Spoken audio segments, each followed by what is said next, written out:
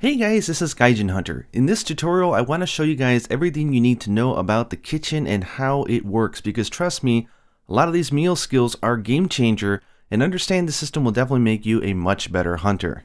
Okay, let's head over to the canteen. Of course, you can eat at camp as well, and let's make some food. We have the option to pay with money, which you should always do.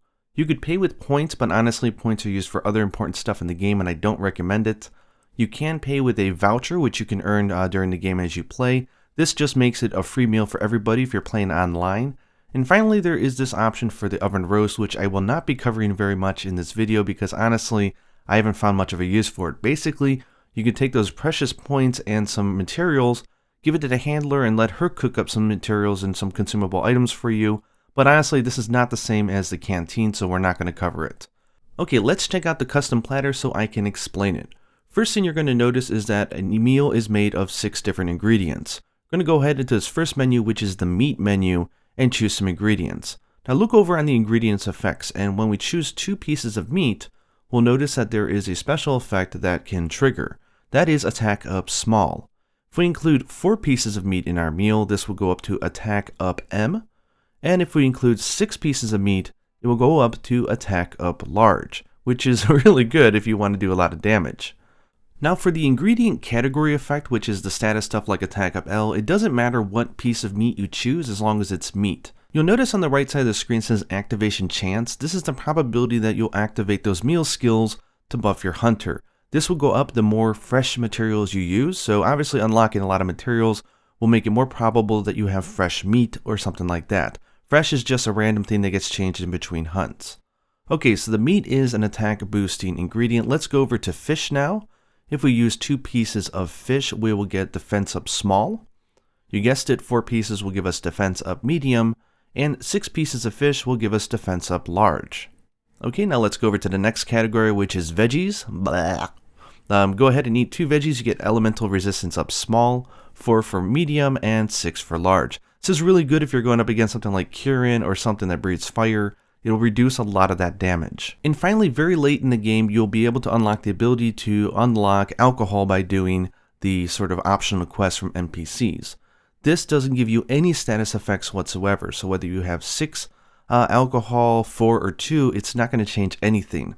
So you may be thinking to yourself, well, why is it actually even good? But we'll get into that as we cover the category effects. The only thing that you need to remember right now is based upon if you have 2, 4, or 6, pieces of the same ingredient, whether it be meat for attack, fish for defense, or veggies for elemental defense, the strength of the status effect that you're going to get from eating is going to change. Now you might be noticing these colors, this red, blue, yellow, purple type of scheme going on here. Well, this is category, and this is really important. This works like armor skills. Go ahead and hit that center button and you can see that red stands for courage. If you have 2 pieces of courage, you can get the feline polisher, which speeds up your sharpening time. If you have 4 ingredients that are of the red category or courage, you'll get Feline Rider, making it easier to mount monsters. So definitely good if you are an Insight Glaive user. You might want to make sure that you're eating for 4 pieces of red. Feline Slugger, if you're a hammer user, will increase your stun damage if you have 6 pieces of red ingredient. Now I can mix and match meat and fish and veggies, but if I really want that attack up large status effect bonus and I want the Feline Slugger, I'm going to have to unlock all 6 pieces of the red meat. So there is incentive to collect them all. For now, let's just do 2 pieces of fish, which gives me defense up small, and 4 pieces of meat, which will give me attack up medium. And now you can see we get our skills that will activate. Now let's say we want to go and check out the blue stuff. The blue stuff stands for resilience. 2 blue category ingredients will give us Feline Acrobat. 4 pieces will give us Feline Feet, and the most important meal skill probably of them all is Feline Moxie, which is 6 pieces of blue category or resilience ingredient. Feline Moxie is amazing. It will stop you from getting one-shot killed once during a hunt. So if you have like a bunch of health and Nergigante hits you, you won't die, you'll survive with 0 health, which will allow you to heal. So this is almost like a get out of jail free card. Okay, let's move on to the orange or the next category and see what type of skills we can get there. Orange category stuff is Vigor, so 2 pieces will give us Feline Riser High. 4 pieces will give us the Feline Black Belt. Very good if you're doing something like bow because it reduces stamina when you're evading or blocking or doing other stuff. And 6 pieces of ingredients of this category will give us Feline Heroics. This is really for time attack people. It's if you have like really sliver of health left, it'll incredibly boost your attack. Not something that most of you guys have to worry about. For purple, 2 points give us Feline Groomer, which is just a nice thing that helps us deal with blights. If we have 4 pieces, we get Feline Medic, which allows us to recover more health from a potion, which is very nice, especially earlier on in the game. And if you're running a sleep or paralysis or poison weapon, you might want to go for 6 pieces here because you get the Feline Specialist, which increases the potency.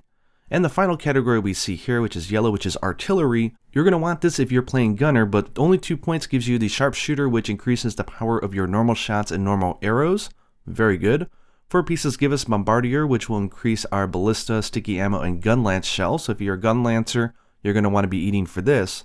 And finally, 6 points will give us the feline pyro, which makes it so if you ever just buy a large barrel bomb and you place it during the hunt, they'll all be upgraded to mega barrel bombs. These things are super powerful and do a lot of damage, so definitely good if you plan on bombing a monster. No, I did not forget about those last final 2 categories. These are harder to unlock, but definitely cool for endgame. First one is this green, which is perception. 2 gives us the ability to prevent knockbacks while carving. 4 points will give us the feline exchanger, which will give us more research points at the end of a quest, so very convenient. And the 4 and the 1 is awesome. 6 points gives us feline carver high, which gives us a very good chance of being able to carve a monster 4 times instead of 3, or a small monster 2 times instead of 1, a tail twice instead of once. It's an amazing skill, definitely worth unlocking. And the final category down below is fortune. So 2 points of fortune will reduce the time between gathering point respawns, good if you're going out onto an expedition. 4 points will give us the fat cat, which will increase the amount of zenny we get at the end of a quest. And the final one, which is really nice, is lucky cat. This doesn't activate all the time, but it does increase the odds of getting more monster part rewards at the end of a quest. Great if you're farming. Okay, so that's how the system works. You've got the status things and you got your food skills. So when you go down the menu, notice that it has the Chef's Choice Platter. This is just taking the most fresh materials that you have and putting them all together, meaning that you have a very high probability of activating all the skills that are listed. This will change depending on what ingredients are fresh. Then we go down here, we have a meat platter, which is just 6 pieces of meat for attack up large. This is just a lazy way to get attack up large. It's not really taking into consideration the different type of category, like red, blue, or purple that you want to get. The fish, of course, is for defense and veggie for elemental, and then the hunter's platter is just a sort of a mix between 4 pieces of meat and 2 pieces of fish. Just very good for increasing your attack and your defense, and so forth. There's just a few different presets, but they definitely don't cover everything that you're going to want to do. Finally, every meal has a daily skill which recycles after every quest, and you don't know what you might be able to get. The unpredictable platter just throws everything away, allows you to have 3 of these daily skills, and hopefully they'll activate.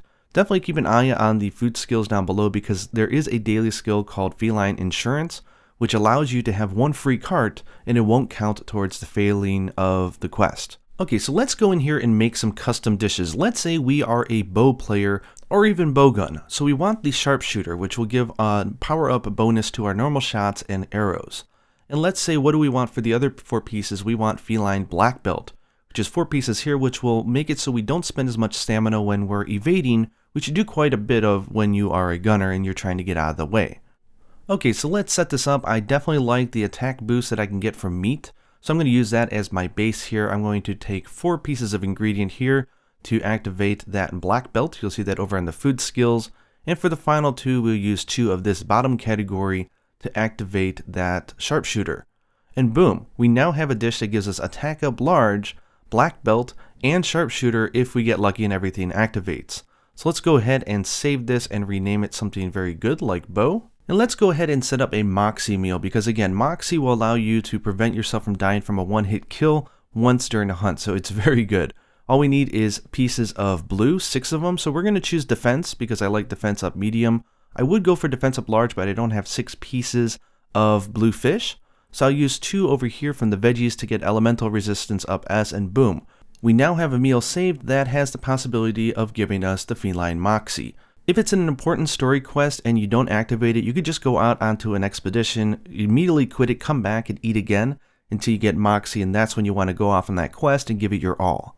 Again, keep a look at those daily skills after each quest because there may be a meal that has a possibility of giving you that feline insurance, and as long as 1 person in the group eats for it and gets it, you guys are afforded 1 free card for the hunt. This is really great for late game investigations that have really strict conditions like faint once and you fail.